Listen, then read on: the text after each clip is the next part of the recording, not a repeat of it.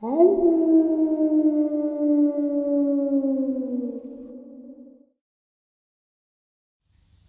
greetings and salutations, everyone. Have I got a bonus upload for you all? I am stuck in my house. We are getting hammered by a huge snowstorm right now, and I can't think of anything else to do except share experiences with you guys. So, before we get into this upload, a couple links. As you know, I rely on Patreon, PayPal, channel membership, and the merch to help the channel to continue to grow and go. Links to Patreon, PayPal, and channel membership is in the description below. The merch is displayed directly under the video. Also, Dogman Frightening Encounters, Volume 1 through 3, the audiobook versions. They were written and researched by Tom Lyons, narrated and produced by me, Jeff Nadolny. Those audiobooks are available on Audible, Amazon, and iTunes, links to which are also in the description as well. And finally, last but definitely not least, if you'd really like to help support this channel to continue to grow and go, simply subscribe. It does not cost a cent. Click that like button. It takes half a second.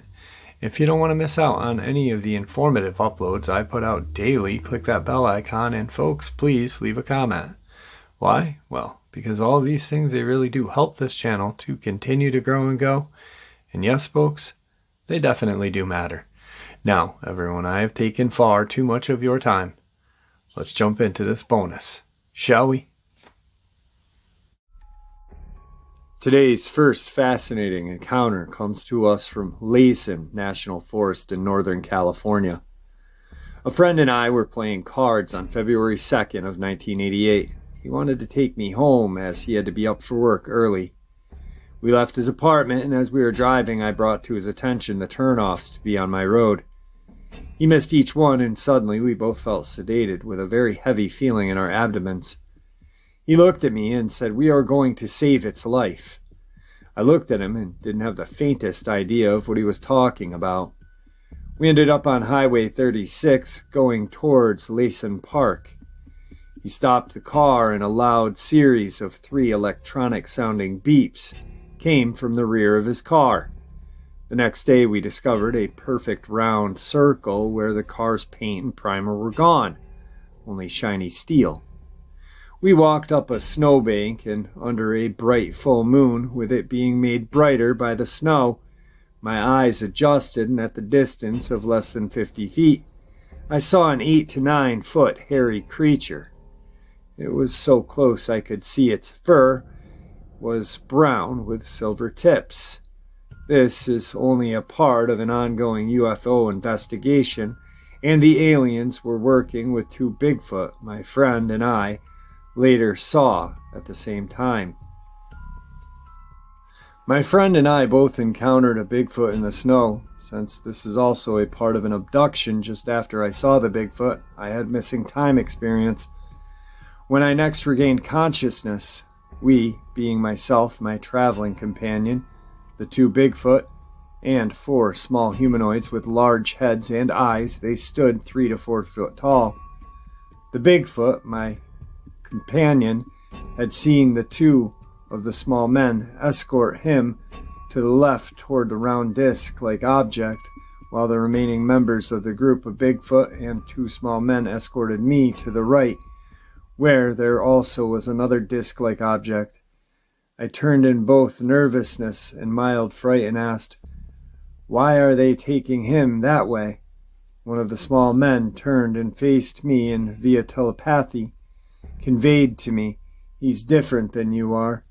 I again had missing time at this point, but I came aboard the disc. When I met back up with the evening's driver, he looked at me with excitement, bordering on zealousness, and said, "Aren't you glad we came? We saved its life." I was dumbfounded. I hadn't done anything like that. From the next time I saw him till this day, I asked him what happened to you that night. Furiously, he replied, "I will never talk about what happened that night ever. He never did with me. As to the location this occurred in California, the nearest town is Maglia, California." We had left Chico, California, for Highway 32, turned onto Highway 36, and eventually to Lesson Volcanic National Park. The road we were on was Highway 36, but the forest could have been either Lesson National Forest or Plumas National Forest, as they do run almost along each other, and it was night. We were off-road, so I'm not exactly sure where it was except along Highway 36. Some additional questions. After reading the additional correspondence from this individual, I admitted that this was the strangest Bigfoot encounter I'd ever heard. I then asked them some additional questions pertaining to their encounter/abduction. He stated he stopped the car and a loud series of 3 electronic beeps came from the rear of his car, and the next day you discovered a perfectly round circle where the car's paint and primer were gone and there was only shiny steel. Do you remember what part of the car had the circle? The hood, trunk, side, etc. The spot was on the car's trunk, on the driver's side, almost to where it meets the back window. You stated you walked up a snowbank and under a bright full moon. Can you remember more about your surroundings? It was an open field. Was the terrain hilly, flat, wooded? The terrain was wooded and rough to navigate on foot due to the trees and rocks covered in snow. I could hear distant running water, which I attributed to a creek, stream, or river. After a bit, the terrain had less rocks and trees, so navigation became much easier. You stated this was only part of an ongoing UFO investigation. Can you share some more? Who is or was investigating this encounter? Was it MUFON or another organization? The investigators said they were with a well-known civilian investigative group. Yet, in retrospect, I find it odd that all contact questioning was carried on over the phone. Neither my friend nor I ever met with the man in person, and it was the investigator that my friend, in his panicky phone call, said, "Don't talk to him anymore, he's with the government."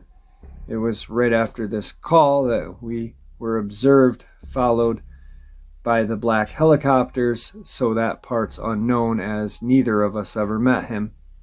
You stated I again had missing time at this point, but I came aboard the disc. Do you mean that you remember boarding the disc?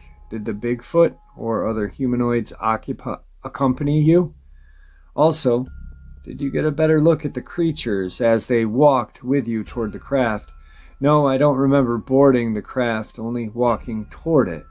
As far as observing those that accompanied me, the 2 small 3.5 to 4 foot beings, I could clearly see. The large hairy being I could only see out of the peripheral vision. It was 8 or 9 feet tall, dark brown fur. I felt like my neck and head were paralyzed, and I couldn't move it to the right or left much. You stated, when I met back up with the evening's driver, he looked at me with excitement bordering on zealousness and said, "Aren't you glad we came? We saved its life." The evening's driver, was this your friend that you were with? Also, how did you meet up with him? What was the last thing you remember after the encounter? The driver was my friend. We met back up coming from the trees we had stopped at to relieve ourselves at the beginning of this event. We walked from our trees back down to the car. The last thing I recall was getting into the car, and as we were on our way down Highway 36, these bright orange glowing spheres filled his windshield. The ball would be at the center, and bright orange light, almost flame-like, emitted around the orb. The first one flew by, and then what seemed to 3 or 4 minutes went by, and another orange orb and light flew by his windshield. Do you or your friend that night still communicate, or does then friend mean you are no longer in contact? We, my friend and I, are no longer in contact, purely from neither party being in contact with each other. The witness also stated in this correspondence, "I must admit that this is the strangest thing that has happened to me in my life. After this occurred, I did some looking into UFO phenomenon, and a famous UFOologist said that when looking into UFO reports, that there were some cases that had a high weirdness factor. When I did a simple Google search for aliens and Bigfoot, it showed 2 books, made reference to an old episode of Ancient Aliens, and there were other sites, and you could tell they were sites that have little to do with aliens and Bigfoot together." So I told you that was a strange but fascinating encounter. It was an interview, actually, that was done, and this guy and his friend apparently had been looking into UFO phenomenon prior to this night, and who they were saving, or who his friend thought they were saving, still remains a mystery to this day. Could it have been another Bigfoot-like creature, or another alien, or another human? Who knows?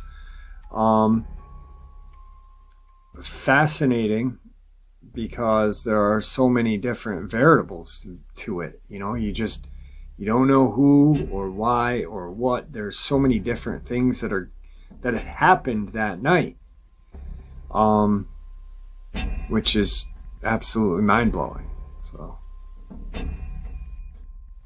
today's second encounter. Within the past 2 or 3 years, I put pieces together from my childhood and concluded that the creature we all feared when we were kids, which we simply named the thing in the woods, was in fact a Bigfoot.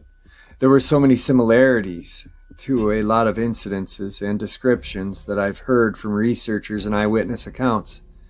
I also looked up sighting reports and could not believe it when I saw that in my area, Western PA, was a literal hotbed of activity, and I can commiserate with others. Having something like this lurking in our home area is terrifying, especially as kids. I remember these occurrences really didn't start happening until I was around 11 and my sister was 8. I remember when we first acknowledged our thing to a couple of our cousins when they were visiting for a day. We were sitting on my Gram's porch, who lived next door to us in a rural area. It was going to start getting dark in about an hour or so, and we started getting nervous. Our cousins kept asking why we were saying we had to go down home before it got dark.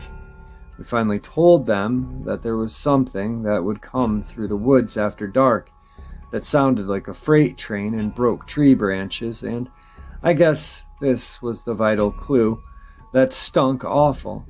The best way to describe it then was like burning rubber.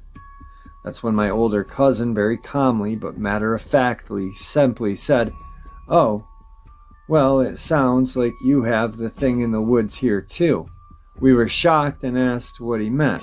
He recalled a story he had heard his dad and uncle talk about to their wives the previous hunting season.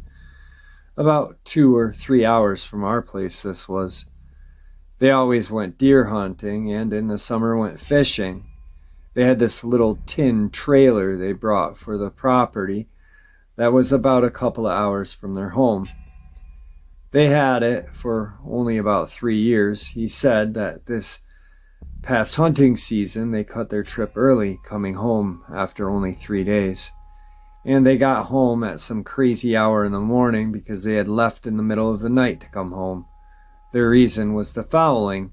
My cousin said that his dad and uncle had been up at camp and everything seemed normal at first, though it seemed that there were fewer deer this season. Populations changed, so they didn't think anything of it. The first night they were there, one of them thought they kept hearing tree breaks while he was out relieving himself, but thought nothing of it since there were bear up there as well. Trees can break naturally and fall. That night they slept well, but when they left in the morning, they saw some odd pine cones and a couple of small rocks around their trailer. They couldn't figure out where they had come from. The second night, they both heard pinging on the roof in the back of the trailer that sounded like a really heavy big hail. It only happened randomly, but it was enough to pique their interest. They looked outside but didn't see anything. They commented that they smelled something awful, like a skunky type of smell. It was my cousin's uncle that said it reminded him of burning tires on asphalt in the heat of the summer. That's why when we said that, it tipped them off.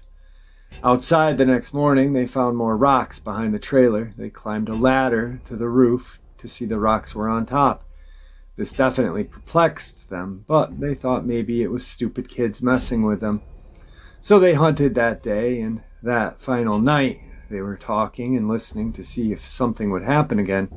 Sure enough, they heard large rocks hitting the back of the trailer.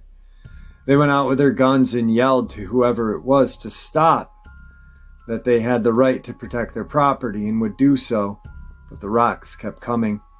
They went back out and smelled the awful odor again, very strong at this point. Then they heard what they described as a loud, powerful slap on the backside of the trailer. Now they were mad. They ran out again with their guns to confront the pranksters. They said that all they saw was a dent in the trailer, and as they panned their flashlight, they caught a glimpse of something large taking off through the tree line. They said it had dark fur like a bear, but they both saw it run upright like a person. They knew no one in a fake suit could move that stealthily or put that dent in the sidewall of their trailer. They went inside and one of them said, "We just saw a friggin' Bigfoot." They packed up their things and left within the hour, feeling very threatened.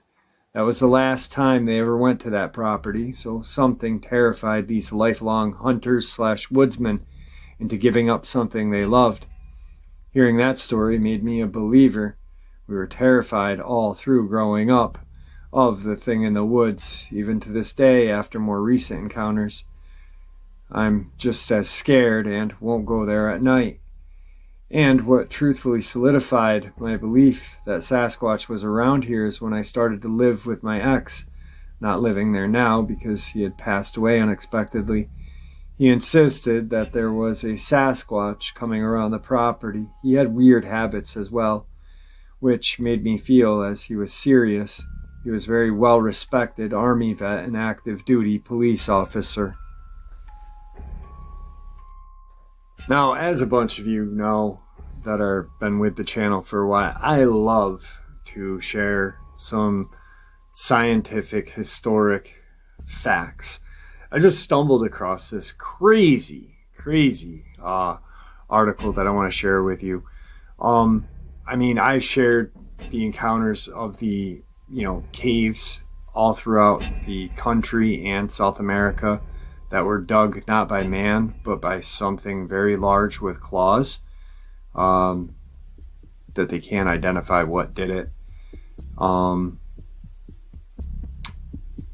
My discussion on the possible Neanderthal being a Dogman Sasquatch creature, because scientists have now proven that Neanderthal looked nothing like what we thought they did. This one is really fascinating, and I just wanted to share it with you guys. On a cold winter's day in 1980, a group of recreational cavers entered a narrow, wet stream passage south of Knoxville, Tennessee. They navigated a slippery mud slope and a tight keyhole through the cave wall, trudged through the stream itself, ducked through another keyhole, and climbed more mud. Eventually, they entered a high and relatively dry passage deep in the cave's dark zone, beyond the reach of external light. On the walls around them, they began to see lines and figures traced into remnant mud banks laid down long ago when the stream flowed at this higher level. No modern or historic graffiti marred the surface. They saw images of animals, people, and transformational characters, blending human characteristics with those of birds and those of snakes with mammals. Ancient cave art has long been one of the most compelling of these artifacts from human past, fascinating both to scientists and the public at large. Its visual expression resonates across the ages, as if the ancients speak to us from deep within time. And this group of cavers in 1980 had happened upon the first ancient cave art site in North America. Since then, archaeologists like myself have discovered dozens more of these cave art sites in the Southwest. We've been able to learn details about when cave art first appeared in the region, when it was most frequently produced, and what it may have been used for. We also learned a great deal by working with living descendants of the cave art makers, the present-day Native American people of the Southeast, about what the cave art means and how important it was to the indigenous communities. Cave art in America. Few people think of North America when they think about ancient cave art. A century before the Tennessee cavers made their own discovery, the world's first modern discovery of cave art was made in 1879 in northern Spain. The scientific establishment of the day immediately denied the authenticity of this site. Subsequent discoveries served to authenticate this and other ancient sites as the earliest expressions of human creativity, some perhaps 40,000 years old. European Paleolithic cave art is now justifiably famous worldwide. But similar cave art had never been found anywhere in North America, although Native American rock art outside of caves had been recorded since European arrived.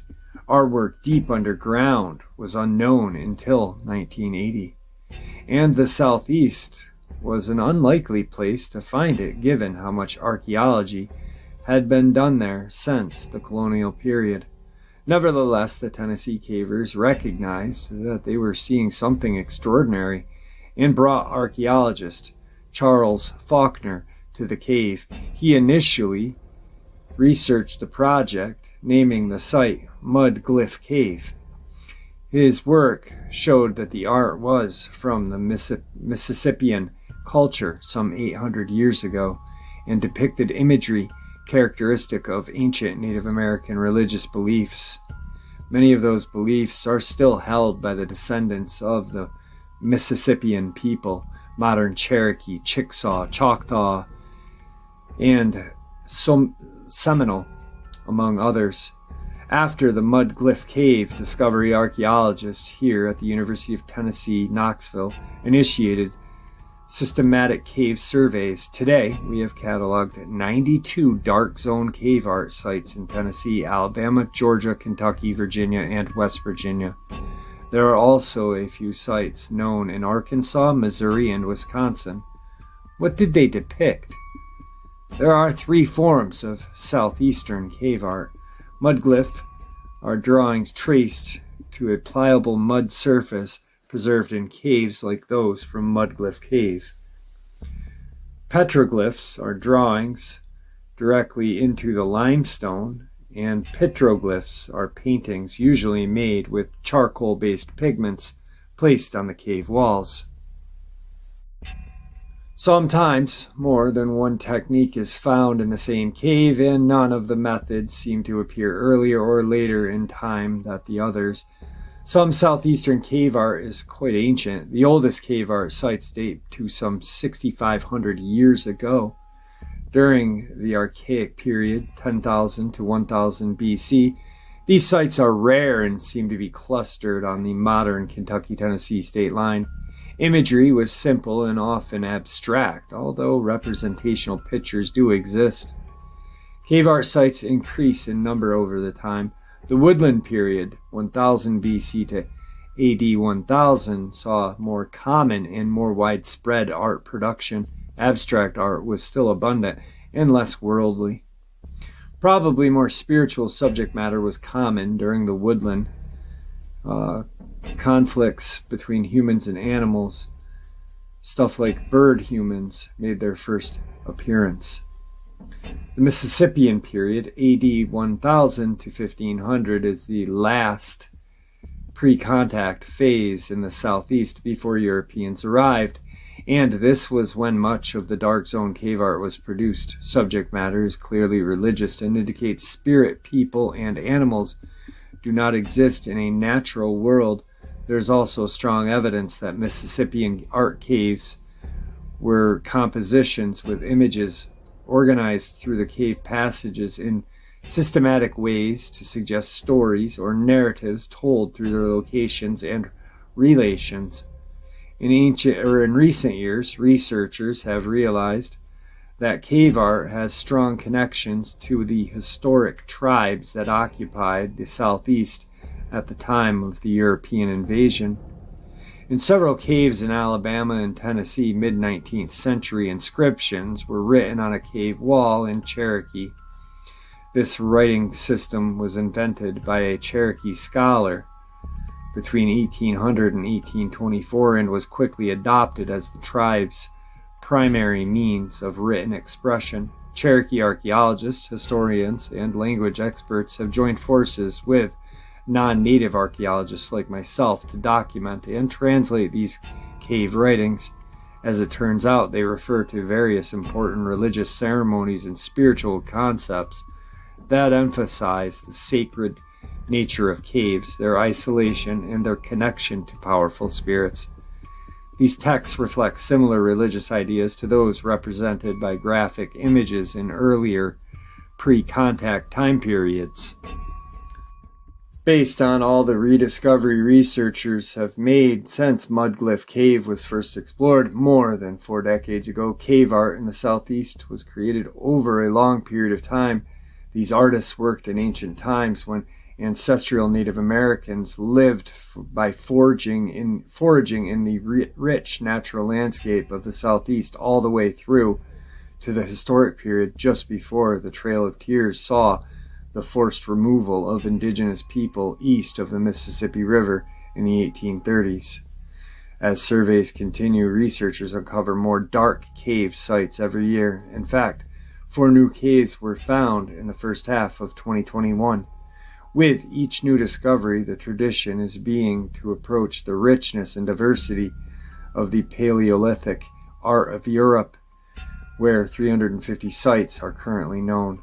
The archaeologists were unaware of dark zone cave art of the American Southeast. Even 40 years ago demonstrates the kinds of new discoveries that can be made even in regions that have been explored for centuries. Wow, what an amazing lineup of terrifying encounters. Let's end tonight's second half with some very compelling video clips. Tonight's first one was actually sent to me by a subscriber, and it is what they believe to be a Dogman or possibly a Sasquatch. We have to emphasize that. Coming up to their Trailcam and smelling their Trailcam, trying to figure out what it is. There is sound, and you can hear whatever this creature is. They do not believe it to be a bear because there are no bear in the vicinity where this clip was taken. It's taken somewhere to remain anonymous. Well, not anonymous. A undisclosed location in Wisconsin. But to me, it definitely sounds like a very large creature, animal. And I'm not sure if it's Dogman or Bigfoot, but they are pretty convinced that it's one or the other. What do you guys think?